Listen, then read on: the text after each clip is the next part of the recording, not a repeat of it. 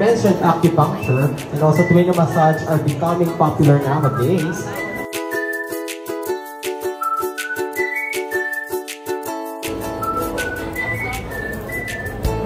Relaxing. Relieving. Ayos. Nakaka-relax. Magaan sa pakiramdam. Feeling better. Enjoy. Relax. Amazing. Sobrang sarap na massage po yan. Mas masarap ngayon pakiramdam ko. Napakagandang experience ito at may mga natutunan kami sa dapat pag-aalaga ng katawan. Parang wala akong sakit.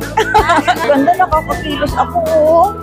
Very relaxing and one of highly recommended po. Maganda po siya, tsaka masarap and is 100% food po. Amazing. Kakaiba. Wow! Medyo kakaibang experience siya for me. So parang, hindi naman siya totally painless, pero may feel kang parang relief or pleasure. For the experience, I'm satisfied. I'm so happy that I got to try this. And special shout out kay Sir Sam. Kasi kahit pagod na siya, kahit gabi na, pinagbigyan niya pa rin yung request natin. God bless Sir Sam. Yung tuina massage, life-changing. First time ko I've been having massage every month. Pero iba yung hagod ng tuina massage.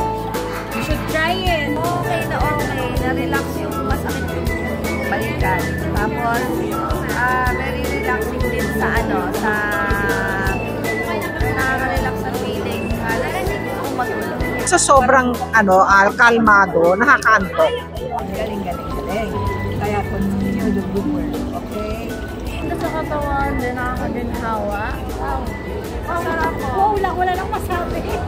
Na-relieve naman yung pain sa head ko. Tapos, medyo hard yung massage niya. Pero parang deep tissue feeling ko. Pero masarap. Okay naman. Masarap. Parang sarap ng ulitin pagka sumakit ulit yung likod ko.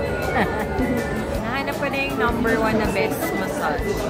At acupuncture. Very powerful and good. Thank you sa Inam, Philippines. Tangkilikin niyo po. Lalo na yung kanilang acupuncture at yung tuwina massage. So visit niyo po sila sa center and support po natin ang gawaing kamay, lalo na sa wellness ng mga Pilipino, kapwa Pilipina natin. Thank you so much, Inam Philippines.